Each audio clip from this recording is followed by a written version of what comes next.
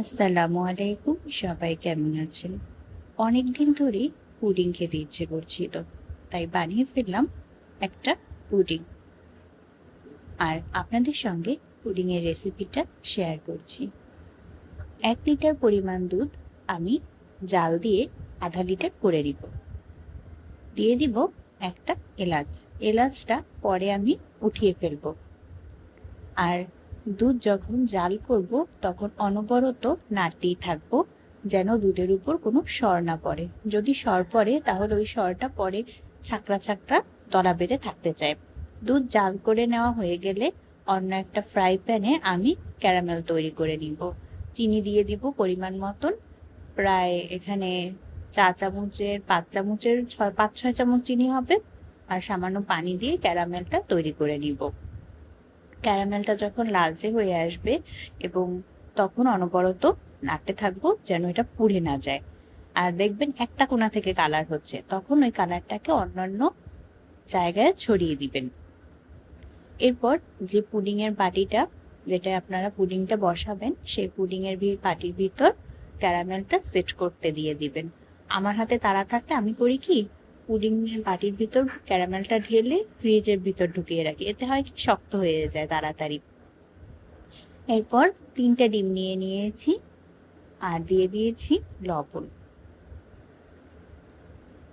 আপনারা যখন পুডিং বানাবেন ডিমটা তখন আধা ঘন্টা আগে ফ্রিজ থেকে নামিয়ে রাখবেন।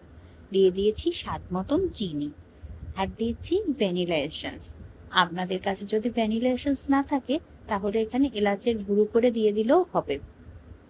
এটা দেওয়ার কারণ হচ্ছে ডিমের যে একটা বাজে স্মেল আসে সেটা অনেকেই সহ্য করতে পারে না, তাই যেন সুন্দর একটা ঘ্রাণ আসে সেজন্য এটা দেওয়া হয়।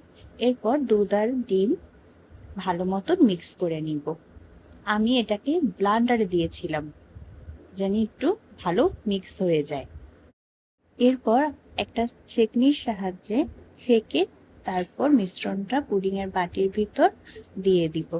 দেখতে পাচ্ছেন আমি আস্তে আস্তে দিচ্ছি, কারণ নিচে ডিমের সাদা কিছু অংশ মিক্স হয়নি, দলার মতন রয়ে গেছে। এটা যদি পুডিংয়ের ভিতরে যদি যেত তাহলে কিন্তু ওই জায়গাটা শক্ত থাকতো। চুলার আঁচ লো রেখে বাটিটা একটা কড়াইয়ের ভিতর দিয়ে পানি দিয়ে দিয়েছি বাটির অর্ধেক। এরপর 30 মিনিটের মতন ভাপিয়ে নিলেই হয়ে যাবে।